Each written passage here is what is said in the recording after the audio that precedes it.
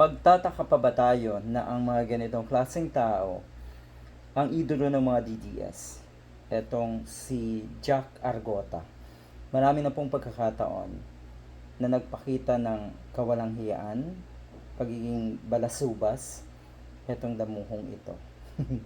As if naman may mga sense yung kanyang sinasabi. Walay. Again, eto yan din po ang isang rason kaya idolo siya ng mga DDS. Yung tila ba nagmamarunong pero wala namang laman. Olats naman. Yan yung mga rason kaya siya iniidolo ng mga diehard. Malala. Sige lang. Mang-asar ka lalo. Inaasar niya madalas yung sinasabi niya ng mga pinklawan at yung mga bangag daw, yung mga taga-suporta ng nasa Malacanang. Pero kakaiba yung atake niya. Yung tila ba atake niya na bumabalik sa kanila. Bumabalik lalo sa kanya.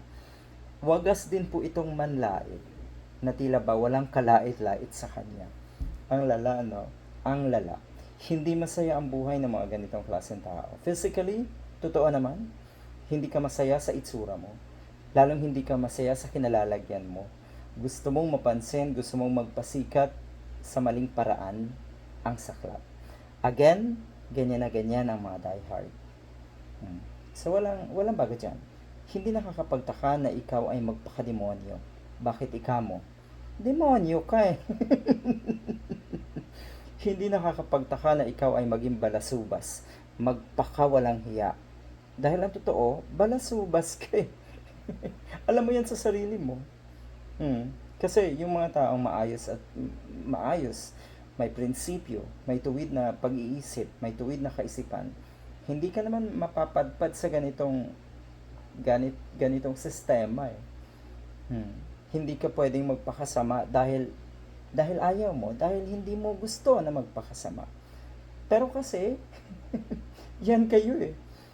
Madalas ko itong sabihin na itong mga DDS, masasama na nga kayo, natural na masama, pero pinipili nyo pang magpakasama.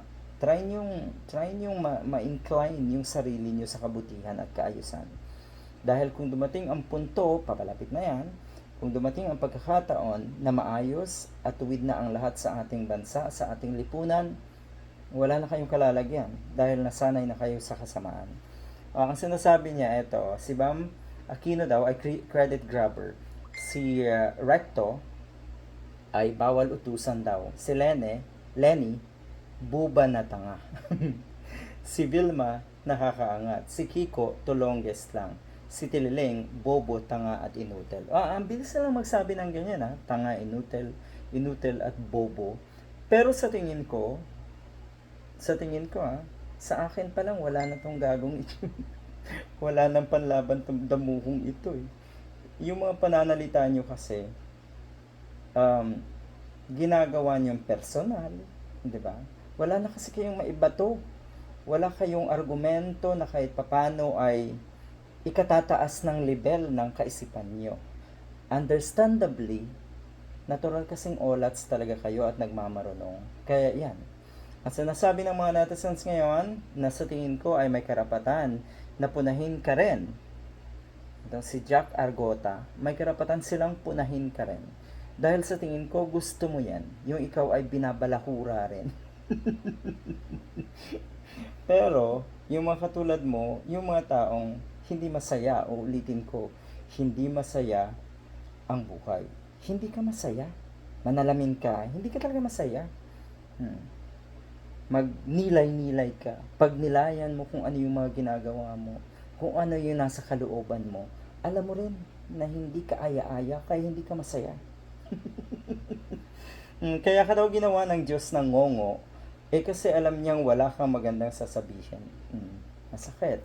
Pero totoo yan.